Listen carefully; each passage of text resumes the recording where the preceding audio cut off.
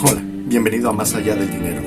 El día de hoy quería platicarte de un tema muy importante. En México estamos en septiembre, celebramos las fiestas patrias y quiero decirte que definitivamente hay muchas razones para estar muy orgulloso de vivir en México.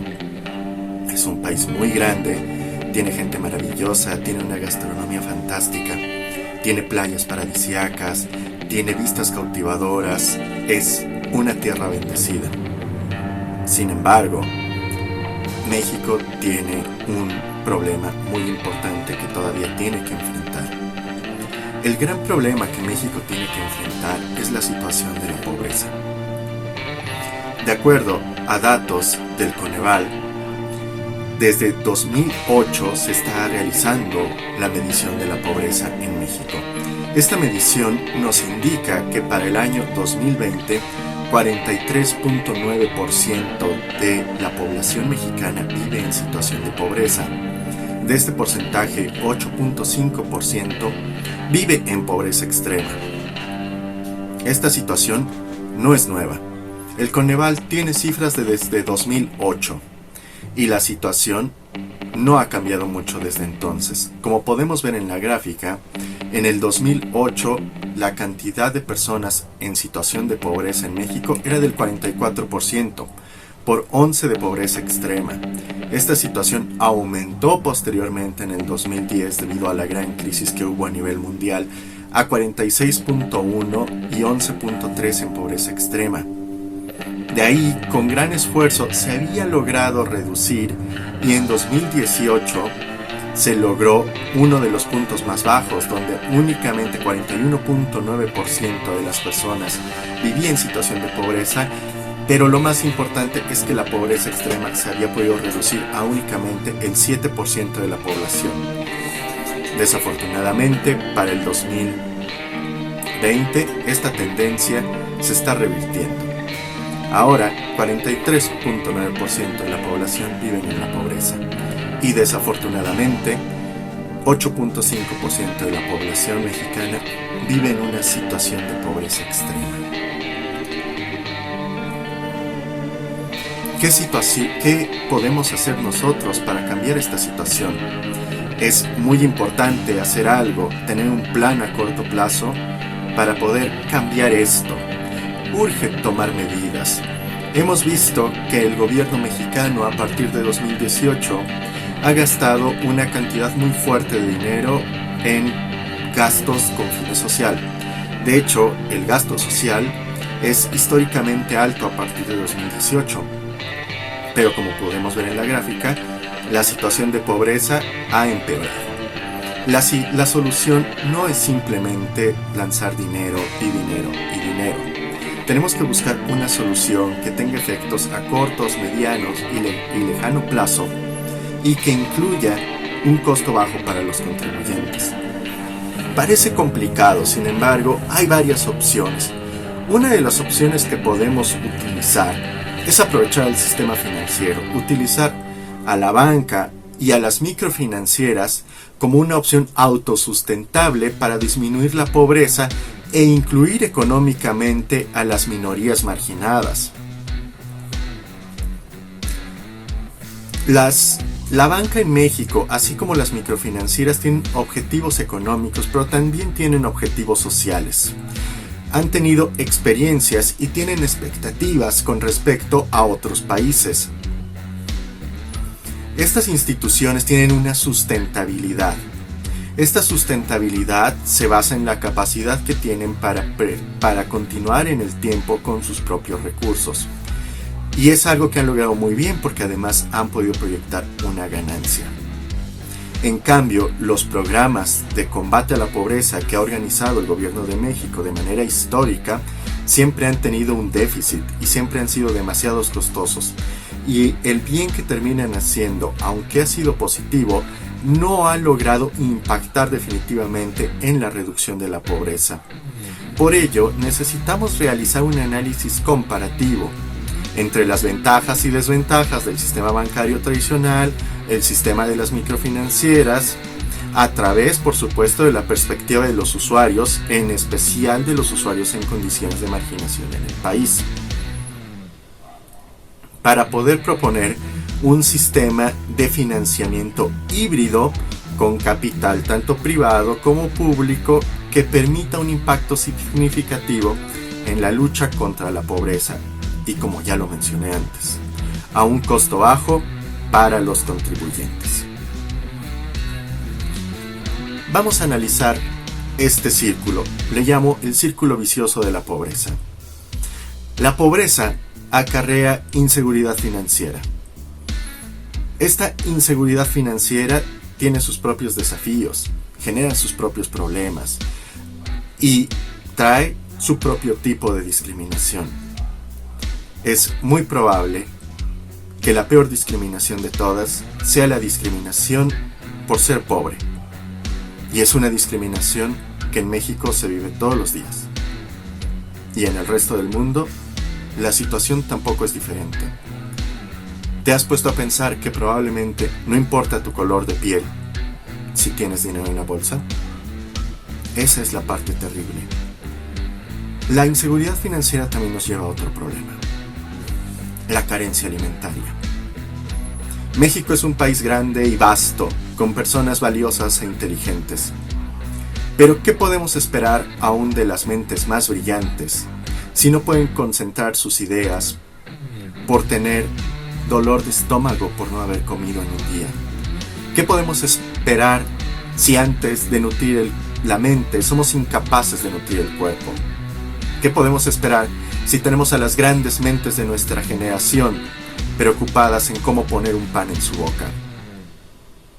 Necesitamos erradicar eso de raíz, ya. Otro de los puntos del círculo vicioso de la pobreza es la carencia sanitaria. Lo hemos visto muy feo a través de esta pandemia. La seguridad pública que tenemos en los hospitales no es suficiente. El Instituto Mexicano del Seguro Social, a pesar de los grandes esfuerzos de todos los médicos, de todas las enfermeras y de todas las personas que colaboran en la institución, con el presupuesto que tiene actualmente, no va a poder hacerse cargo de la salud de los mexicanos. Y más aún, hay muchísimas personas en México que no tienen acceso al Instituto Mexicano de la Seguridad Social. Se necesita hacer algo rápido para remediar esto. No es posible que niños mueran en la calle enfermos simplemente porque no nacieron en un lugar con dinero. Eso también nos acarrea llegar a la carencia educativa. Es muy difícil para una mente brillante, que seguramente hay muchísimas en México, poder destacar si no tiene las bases teóricas necesarias para poder hacerlo. Y eso está sucediendo. Tenemos muchas grandes mentes que nunca sabremos lo grandes que son porque no han tenido acceso a una educación de calidad. No es un secreto que en las pruebas de medición internacional de calidad educativa, México tradicionalmente ha salido mal. A pesar de que gran parte del gasto se destina a la educación, hemos sido incapaces de reflejar resultados. Esto también tiene que ver con el contexto de la pobreza, pero esto también reproduce más pobreza, que a la vez nos lleva al siguiente punto: desempleo. Las personas no están capacitadas para realizar trabajos importantes. No podemos esperar poder destacar en tecnología, poder destacar en emprendimiento, si todas las ideas y toda la tecnología la tenemos que importar del extranjero. A través de los últimos 50 años, México ha sido incapaz de desarrollar tecnología propia. México ha sido incapaz de desarrollar tecnología propia que podamos vender en el resto del mundo. Y eso, aunado a todo lo anterior, nos lleva a la situación que todos conocemos. El acceso al crédito en México está reservado para unas cuantas élites. Todos esos maravillosos programas para crear emprendedores, siempre el gran problema es conseguir el financiamiento. Sí, hay otros desafíos, pero el financiamiento ha sido el gran problema.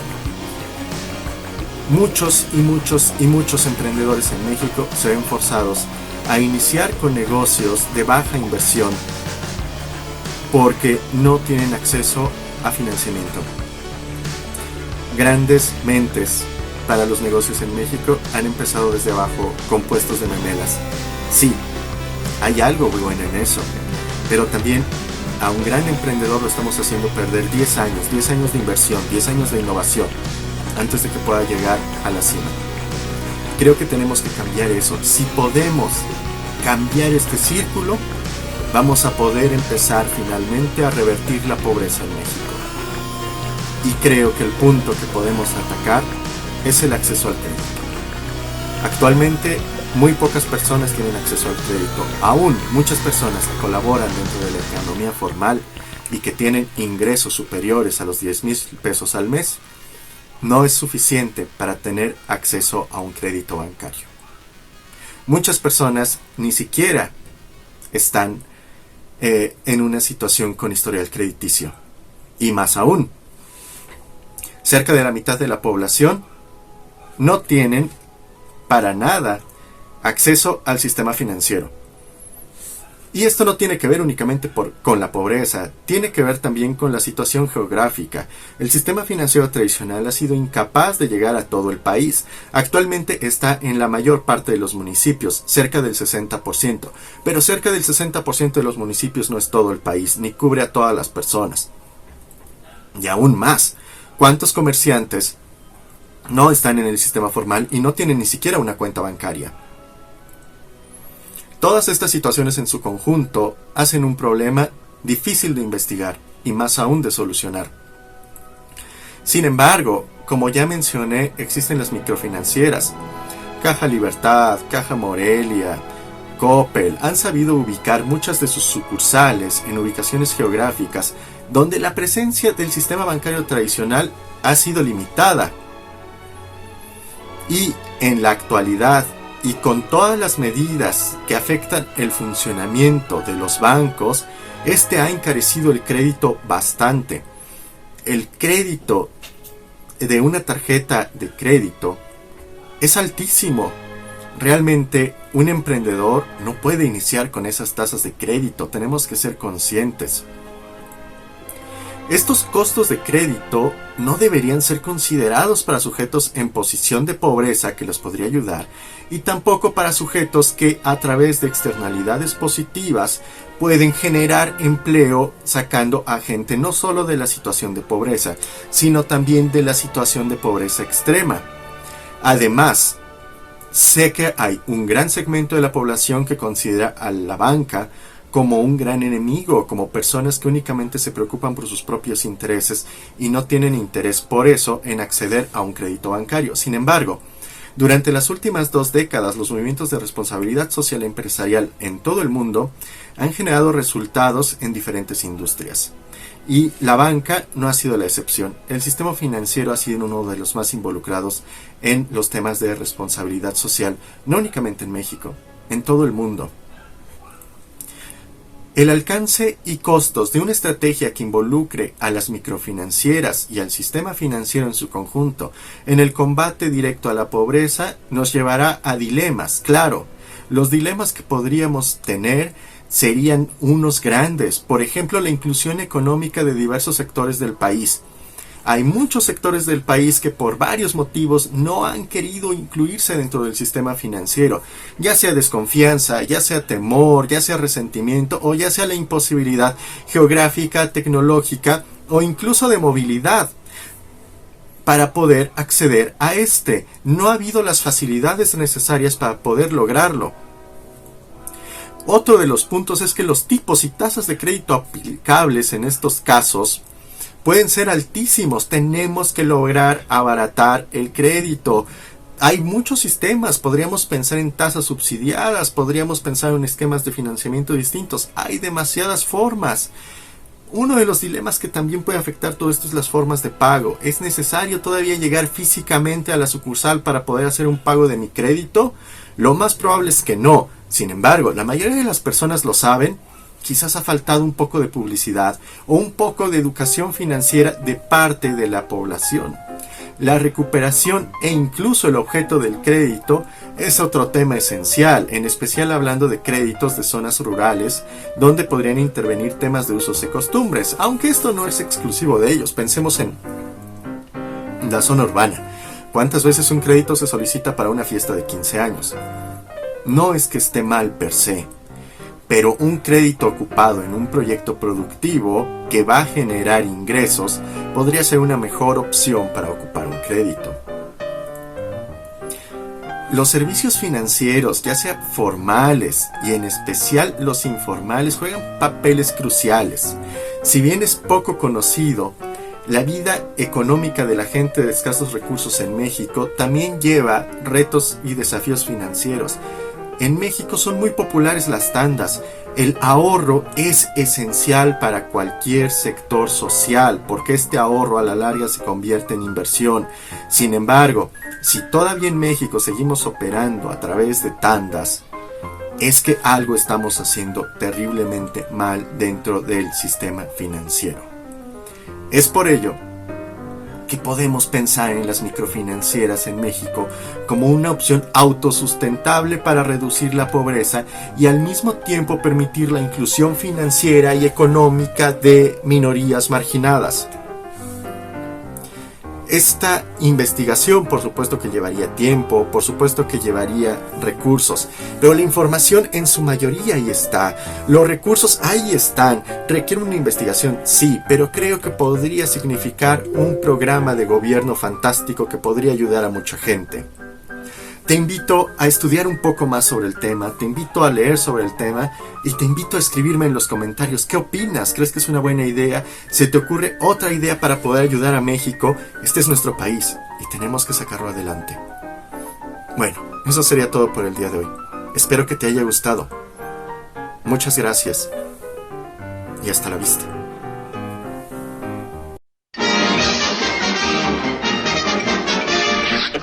Eso es todo, amigos.